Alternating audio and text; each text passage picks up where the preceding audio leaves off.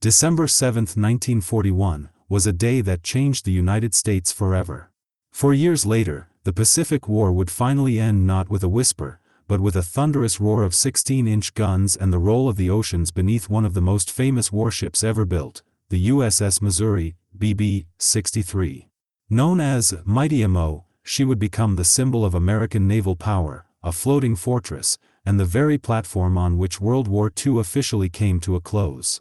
Construction of the Missouri began in January 1941 at the Brooklyn Navy Yard. She was the third ship of the Iowa-class battleships, designed to be fast, heavily armed, and capable of engaging both enemy ships and shore installations. At over 887 feet long, with a beam of 108 feet, she was a behemoth of steel, displacing 45,000 tons when fully loaded. Her main battery of 9 16-inch guns, mounted in 3 turrets, could hurl a 2,700-pound shell over 20 miles, punching through the thickest armor of enemy ships. Her secondary battery of 25-inch guns and anti-aircraft weapons made her nearly impervious to air attack. For the men who served on her, the Missouri was more than steel and guns. She was a home, a protector, and a place where the finest traditions of the Navy were carried out with pride. She was the queen of the fleet, said Captain William M. Callahan, her first commanding officer. Every sailor wanted to be aboard her. There was a sense that if you served on the Missouri, you were part of something historic. The Missouri was commissioned on June 11, 1944, in a ceremony at the Brooklyn Navy Yard. Thousands of spectators lined the piers as the battleship slid into the East River, her sleek gray hull gleaming in the sun. The band played, speeches were given, and the ship sponsor, Mary Margaret Truman, daughter of the president, christened her by smashing a bottle of champagne against her bow.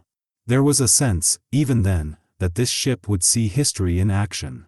Missouri's first assignments took her across the Atlantic and into the Pacific. By early 1945, she was en route to the Pacific Theater, joining the fast carrier task forces that were hammering Japan's positions in the final months of the war. The ship's speed, capable of over 33 knots, allowed her to keep pace with aircraft carriers, while her firepower made her a formidable presence against coastal defenses. Her crew trained relentlessly, drilling on gunnery, damage control, and navigation, knowing that the coming months would test their skills to the limit. The Missouri's first major combat operation was in support of the Iwo Jima invasion. On February 19, 1945, the ship took position off the island, her guns ready to shell enemy fortifications. For the sailors and Marines alike, Missouri's guns provided a sense of security. Shell after shell rained down on the Japanese defenses, softening positions and paving the way for the assaulting troops. Marines who landed on Iwo Jima later recalled how the battleship's firepower gave them courage amidst the chaos. One Marine, Sergeant Frank McCarthy, said, "We knew those big guns had our back. It was like having a mountain moving alongside us." Following Iwo Jima, Missouri supported the invasion of Okinawa in April 1945. The campaign was brutal, with kamikaze attacks targeting every ship in the fleet. Missouri's crew remained vigilant, manning anti-aircraft guns around the clock. The ship was targeted several times, but her design, coupled with disciplined crews, ensured she remained unscathed. Sailors reported sleepless nights, tension high, as the threat of sudden attack was ever present. Locking eyes with the horizon, they whispered prayers to survive the next wave. As the war moved toward its conclusion, the Missouri's role shifted from combat to a symbol of America's impending victory.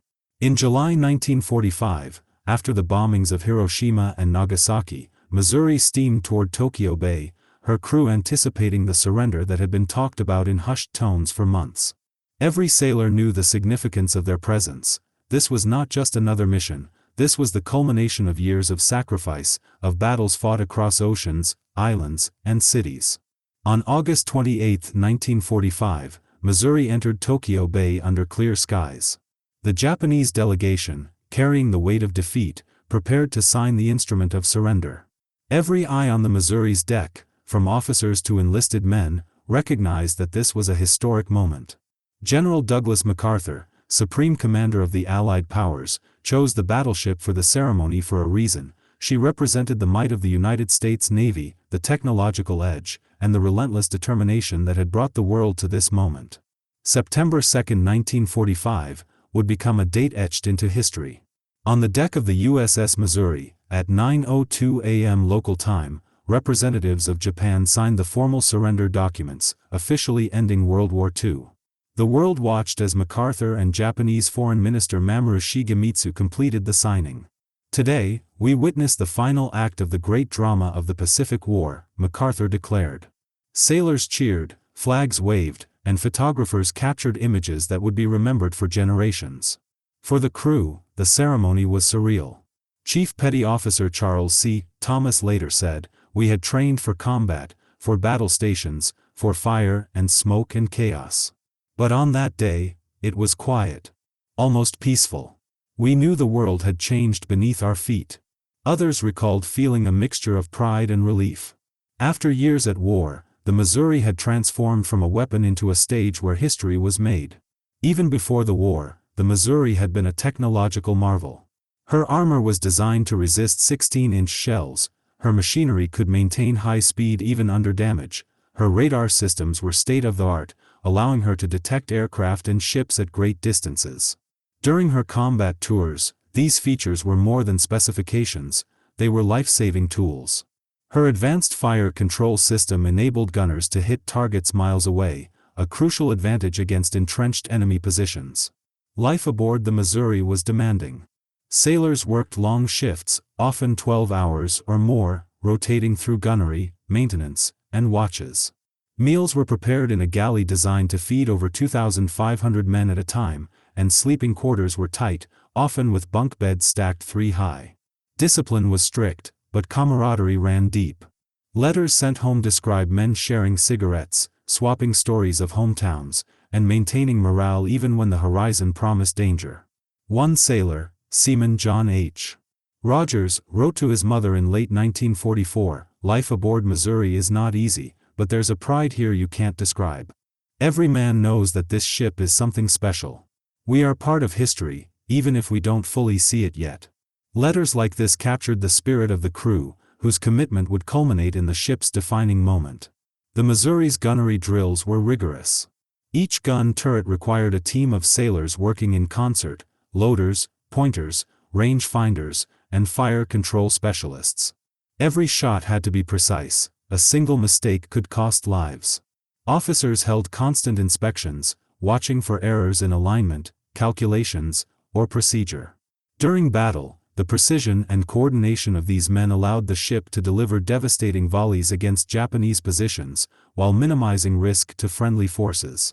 Her role was not limited to firepower. Missouri also served as a command center, housing communication teams, intelligence officers, and planning staff. During the Okinawa campaign, she coordinated strikes with carrier groups, relayed orders to shore bombardments, and managed logistics for task forces. In many ways, she was both a weapon and a brain, integrating data from across the fleet into decisive action. The crew's discipline and training were matched by the ship's design. Missouri's hull was built to withstand torpedo hits, her compartments arranged to contain flooding, and her anti-aircraft systems were among the most advanced in the Navy. During the war, she faced kamikaze threats, long-range shelling, and the constant threat of submarine attack. Yet the combination of preparation, crew competence, and engineering made her nearly invincible in the theater she operated. The day of surrender in Tokyo Bay was a turning point not only in history, but in the lives of those aboard. Sailors who had survived Iwo Jima, Okinawa, and countless other operations felt a sense of closure. Petty Officer Thomas recalled, "It wasn't joy or relief alone, it was recognition. Recognition that the risk, the blood, the sacrifice, had a purpose. And we were standing on the ship that carried it all to conclusion." Every detail of the surrender ceremony was orchestrated with care. Japanese delegates stood on the starboard side, while American officers, journalists, and photographers observed from the decks and surrounding ships. Cameras clicked as Shigemitsu signed, followed by General Yoshijiro Umezu, the chief of the Army General Staff. MacArthur, flanked by senior officers, guided the proceedings, ensuring that every signature, every word, conveyed both authority and dignity. The Missouri's decks were polished to a shine, her crew standing at attention in full dress uniforms. Amid the ceremonial flags and gun salutes, there was a solemnity, a weight to the proceedings. Men who had fired these guns in battle now bore witness to history not through combat, but through diplomacy and ceremony. For many, it was a moment of reflection on what had been fought, lost, and gained. The signing was followed by a 21-gun salute, the echo of which resonated across Tokyo Bay. Sailors described a surreal silence afterward, broken only by the distant sounds of other ships in the harbor. Some wept openly, others simply stood still, absorbing the magnitude of the day. "It's hard to describe," said Rogers. "We trained for destruction, but today we saw peace made in our midst.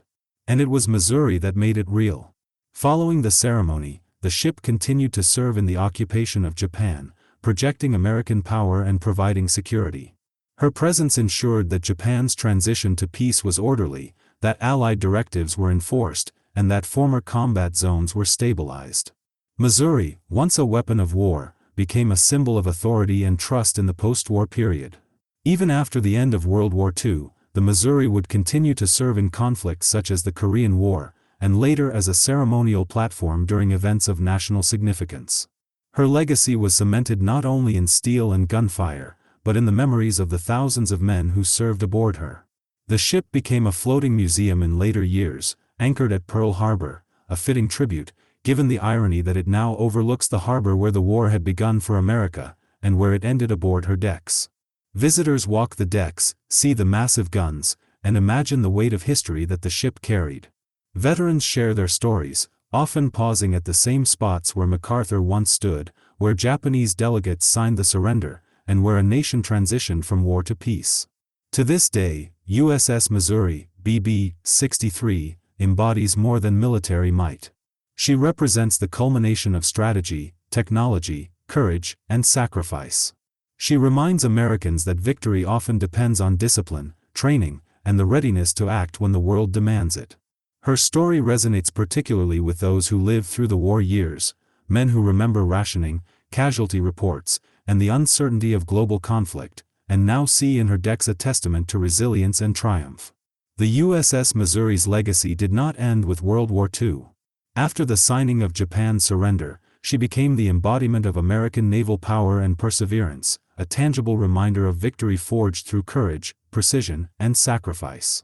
But for the men who served aboard her, her story was measured not in newspapers or headlines, but in the long hours of routine, the pressure of battle, and the intimate camaraderie of life at sea.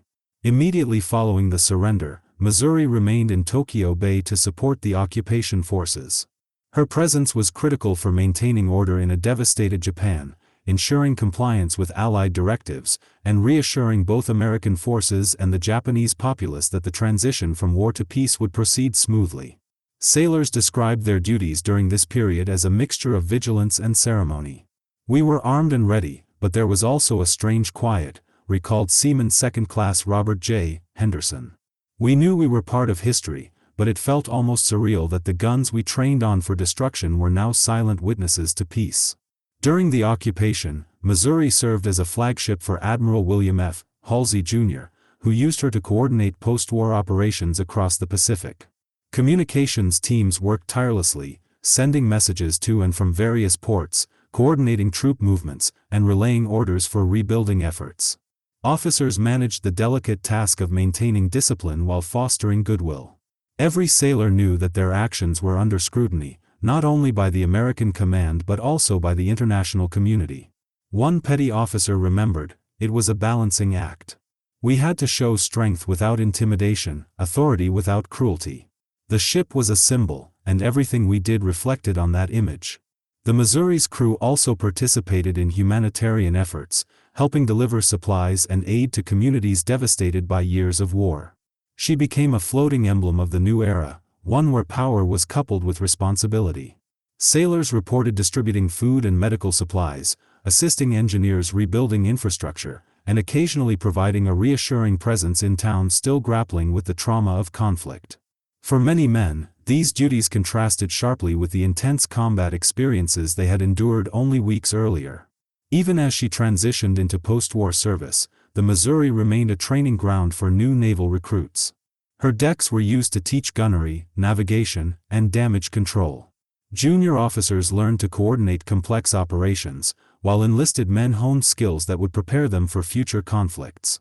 Instructors emphasized the lessons of Pearl Harbor and the Pacific campaigns, vigilance, preparation, and the importance of every individual in a ship's success. Every sailor had to know their role, recalled Gunnery Officer Lieutenant Commander Samuel B. Riggs. Missouri taught you that mistakes could be fatal, but excellence could be historic. As the late 1940s progressed, the Missouri was decommissioned in 1955, her duties reduced as the Navy transitioned to newer technologies, including aircraft carriers and nuclear-powered vessels. But her story was far from over. The Korean War erupted in 1950, and Missouri was reactivated to serve once again as a formidable warship. She steamed to Korean waters, delivering devastating fire support for United Nations forces fighting to repel North Korean advances. Her 16-inch guns pounded enemy positions along the coast, demonstrating that even in the age of air power, a battleship's artillery could decisively shape a battlefield. Marines and Army units reported, the shells from Missouri's guns were like thunder on the horizon. They broke enemy lines and boosted morale like nothing else could. During the Korean campaign, life aboard Missouri remained intense. Crew members faced long hours at battle stations, continuous drills, and the ever-present threat of enemy counterattacks. Unlike World War II, which had reached a climactic conclusion, Korea was a grinding, positional conflict. Missouri's artillery provided both psychological and tactical advantages. Sailors recalled that the ship's guns could obliterate entrenched positions, interdict supply lines, and support amphibious landings. "We felt the power of history in our hands," said boatswain's mate First Class Henry T. McGill.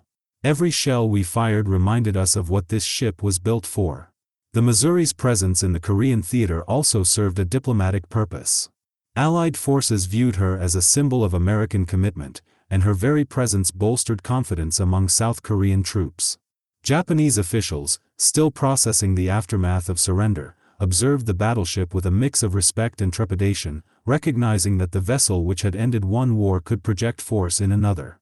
After Korea, Missouri returned to the United States and resumed peacetime training operations. She became a showcase for naval engineering, a platform for public tours, and a symbol of America's post-war naval strength. Her decks were visited by politicians, military leaders, and ordinary citizens, all eager to see the ship where World War II had officially ended. Schoolchildren wrote letters asking questions about life at sea, and veterans returned to pay homage to the men who had served aboard. Missouri's status as a historic vessel was cemented in the 1980s when she was reactivated as part of the U.S. Navy's modernization efforts. With updates to her radar, anti-aircraft systems, and electronics, she once again became combat-ready, though this time her role included training exercises and showing the flag in international waters. Her speed, firepower, and versatility reminded the world that battleships, though no longer the centerpiece of naval strategy, still had a place in a modern fleet. During the Gulf War in 1991, Missouri fired the first Tomahawk cruise missiles in combat, providing support for coalition forces. Her historical significance added a symbolic weight to her actions, linking America's military past with its present. Sailors noted the surreal feeling of serving on a ship that had been present at the end of World War II while engaging in operations decades later. Chief Petty Officer Leonard A. Rio said, "Standing on Missouri's deck, firing those missiles, you felt the continuum of history. We were part of something that spanned generations." Even outside combat, Missouri's presence carried symbolic value. During diplomatic visits, her decks hosted foreign dignitaries, military ceremonies, and public celebrations. She embodied the combination of strength, technological prowess, and historical memory that defines the American Navy. Visitors often commented on the contrast between her powerful appearance and the sense of calm and order maintained by her crew. Life aboard the Missouri was rigorous yet rewarding. Routine included multiple drills each day, maintenance of her massive guns, and constant attention to detail in navigation and operations. Sailors described the bond formed during these tasks as unbreakable. "You live, eat, and sleep on this ship," recalled Seaman First Class Thomas Y. Jenkins. "It becomes a part of you. Every deck plate, every turret, every knot of rope feels familiar. You depend on each other to survive, and you trust the ship to keep you safe." Missouri's historical importance was also reflected in the personal stories of her crew. Sailors who witnessed the Japanese surrender often spoke of the gravity and emotion of that day. Ensign Robert L. Thompson said, "Being on the deck while Shigemitsu signed was like standing at the edge of history. I remember feeling the weight of every life lost and every battle fought, and knowing we were part of something far bigger than ourselves." Chief Petty Officer Charles W. McAllister recalled, "I could see men wiping tears from their eyes. We had spent months in combat, and suddenly there was peace." Missouri was there for both the fighting and the witnessing. The ship's design and engineering were constantly praised by naval experts. Her hull was divided into numerous compartments to mitigate flooding, and her armor could withstand repeated hits from enemy fire.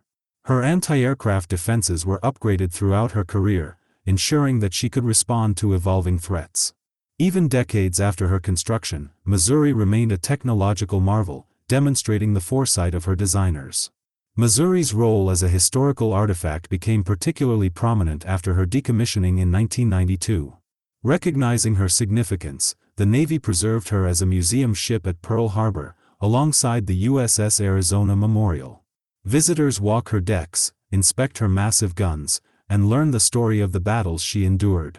Educational programs highlight her role in World War II, the Korean War, and the Gulf War, emphasizing both tactical achievements and human stories. The ship's presence at Pearl Harbor serves as a poignant reminder of the arc of history. She now rests near the harbor where the U.S. Pacific Fleet suffered a devastating surprise attack in 1941, yet it was Missouri that would see the end of that same conflict. The juxtaposition of these vessels, the Arizona, a symbol of sacrifice, and Missouri, a symbol of victory, provides a tangible connection to the events that defined a generation. Visitors often note the details of the ship's construction, the massive turrets, the intricate control systems, and the sheer scale of the vessel. Docents explain how each gun was operated by a team of men, how shells were transported from the magazines to the turrets, and how navigation relied on a combination of radar, sonar, and human skill. "It's incredible to think about what life must have been like during combat," said one visitor. "Every moment required precision, courage, and trust." Missouri's decks also host reenactments and ceremonies commemorating important anniversaries. Veterans return to tell stories of their service, while families of those who served honor the sacrifices made.